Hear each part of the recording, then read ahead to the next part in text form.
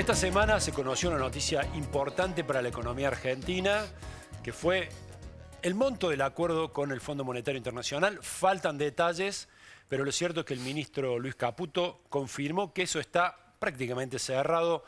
Falta que el BOR, que son la parte política, los líderes que conforman el Fondo Monetario, den el ok, pero la parte técnica está lista, según dijo el ministro Caputo. Y eso va a impactar seguramente, ha impactado en estos días, sobre todo en el dólar, en el precio del dólar, aquello que vemos todos los días los que no estamos en el negocio financiero, pero también los mercados, ¿no?, que siguen atentamente qué pasa con el tipo de cambio. Vamos a hablar de ese tema con Gastón Utrera, que es director del Instituto Económico de Siglo XXI. ¿Cómo andás, Gastón? ¿Cómo te va, Fede? Bien. ¿Va a cambiar ahora la situación, sobre todo la presión sobre el dólar que tenía en las últimas semanas, que obligó también a la venta de reservas del Banco Central? ¿Se puede calmar un poco la situación a partir de este anuncio? Este anuncio calma un poco las aguas, pero todavía no va a estar el acuerdo formalizado, con lo cual tenemos 2 o 3 semanas hacia adelante en las cuales puede haber volatilidad por incertidumbre, pero una vez que esté cerrado el acuerdo, seguramente eso va a generar calma porque le va a dar solidez al plan económico.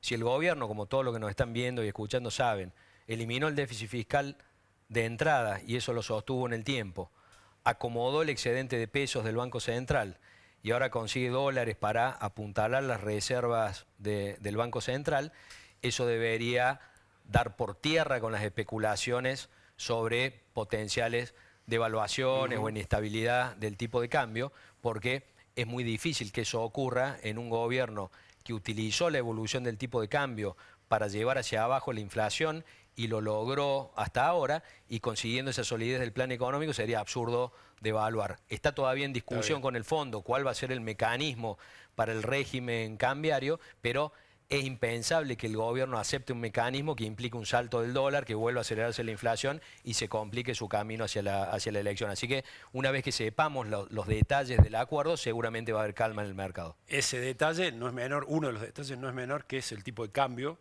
Vos, cuando hablas con empresarios sobre el tema de la devaluación del precio del dólar, ¿qué les decís hoy? Digamos, recién decís, que se prepare para un dólar bajo. Que no sería lógico una devaluación. Pero ¿qué debería pasar, decís? Primero, cuando uno mira los números, es discutible que el tipo de cambio efectivamente esté atrasado.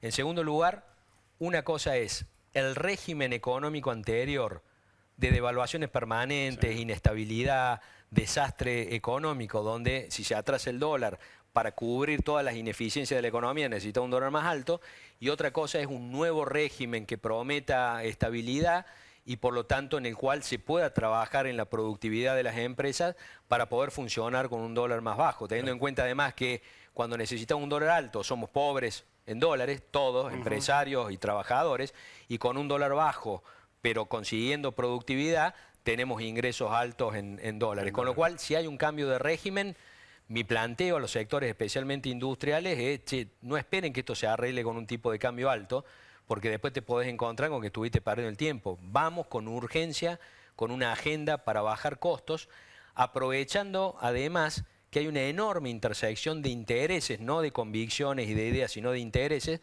entre la industria y el gobierno nacional. La industria necesita con urgencia bajar costos para poder competir sin devaluación, y el gobierno nacional necesita exactamente lo mismo para que funcione su plan económico y su programa político, con convicciones distintas. Claro, porque Milei, Esper y la gente del gobierno ha dicho, bueno, el que se tiene que fundir, que se funda. Este es un gobierno que no los va a ayudar de alguna manera como han sido otros gobiernos, por ejemplo con la devaluación.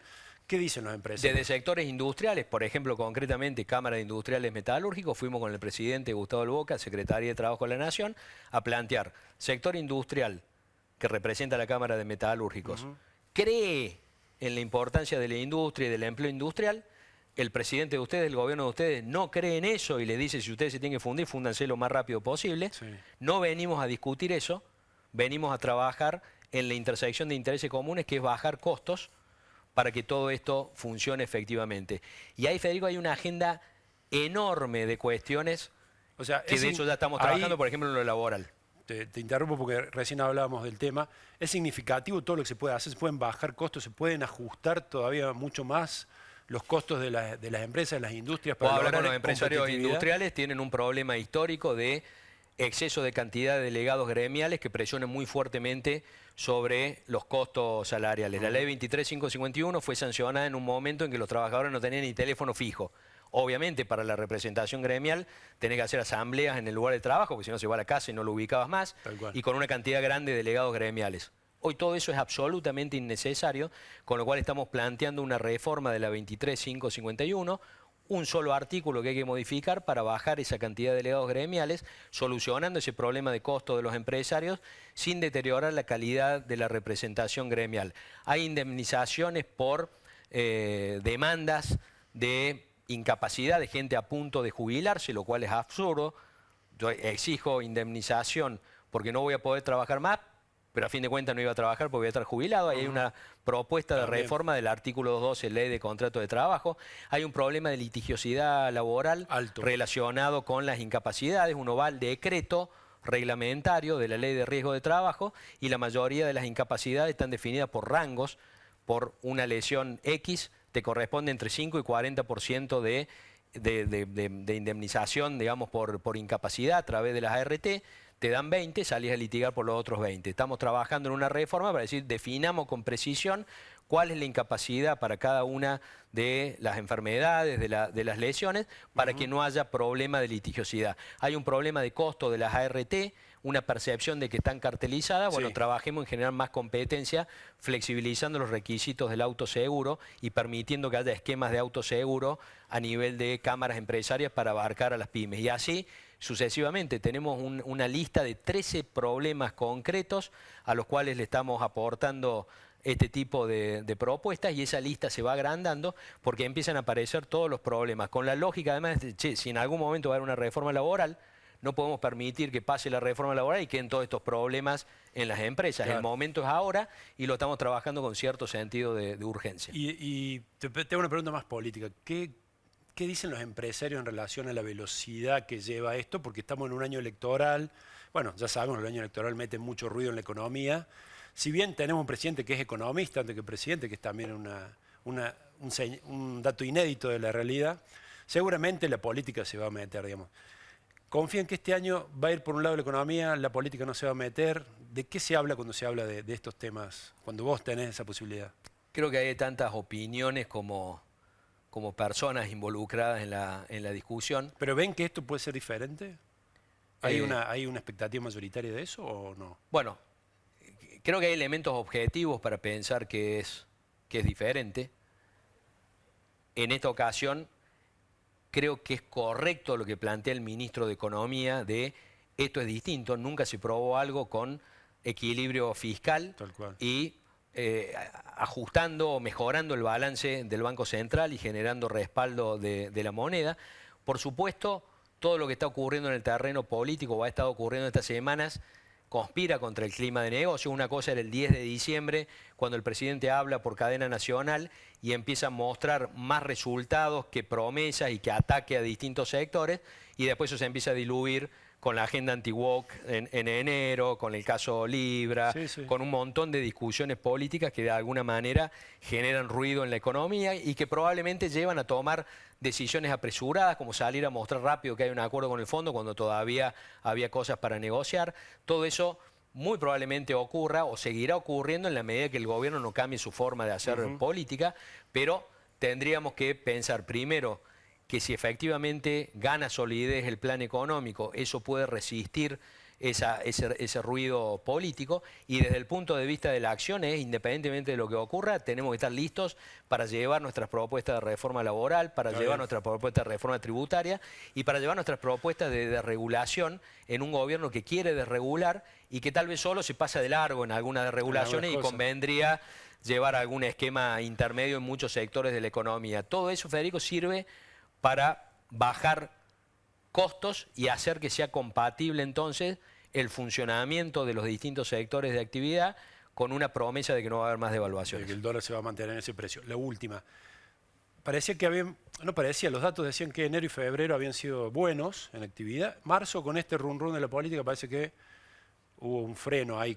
¿Cuál es la evaluación que vos haces del arranque del año y qué va a pasar después de que se cierre el acuerdo a nivel económico, no de la actividad? Hasta los últimos números disponibles, actividad económica general con números oficiales hasta diciembre, actividad industrial con números privados hasta enero inclusive, muestran una actividad económica que está recuperando en B corta. Esto no es opinión, esto es dato. La actividad económica cayó hasta abril, fue una recesión corta, mucho más corta que recesiones anteriores.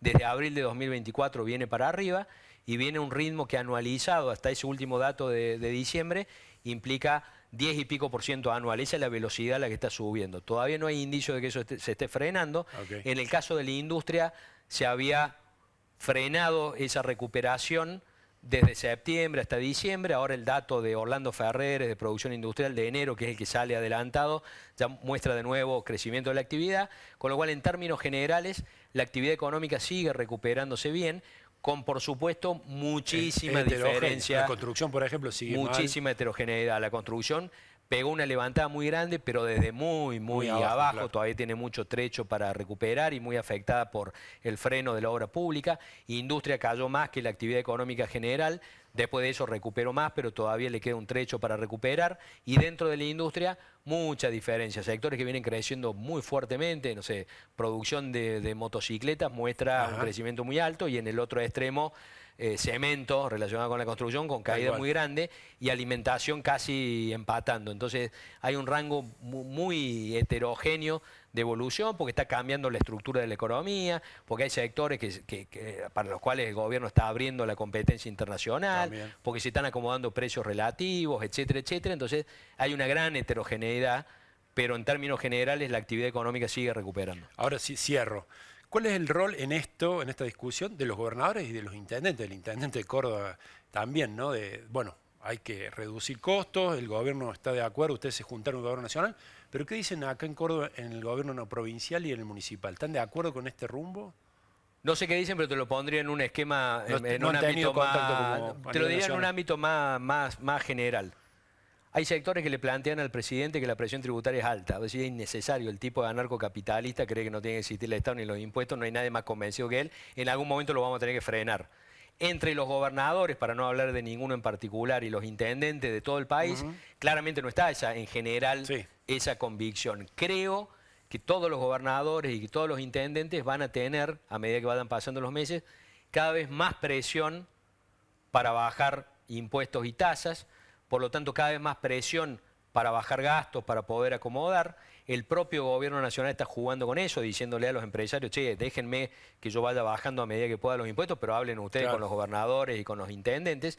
Y además, porque todos los sectores de actividad están mirando cada vez más en detalle cómo conseguimos ser más competitivos, portones afuera con reformas y con reducción de tributos, y portones adentro amoldando, cambiando la estructura productiva a ese nuevo escenario, y todo eso va a poner en la mira a gobernadores y a intendentes. O sea, voy a decir que va a haber presión para que no puedan sacar los pies del plato. O sea, eso y mi planteo a los sectores, lo tienen como algo que va a tener que ser visto. Y mi planteo a los sectores empresarios de lo que nos toca del sector privado es colaboremos con esa agenda, llevemos propuestas para sacar distorsiones tributarias que impactan sobre los costos de las empresas, y ayudemos a los distintos niveles del Estado a que todo esto sea lo más rápido posible, porque hay un sentido de urgencia muy grande. Clarísimo, Gastón. Muchísimas gracias nuevamente por estar con nosotros aquí en Voz de Voto. Gracias por la invitación.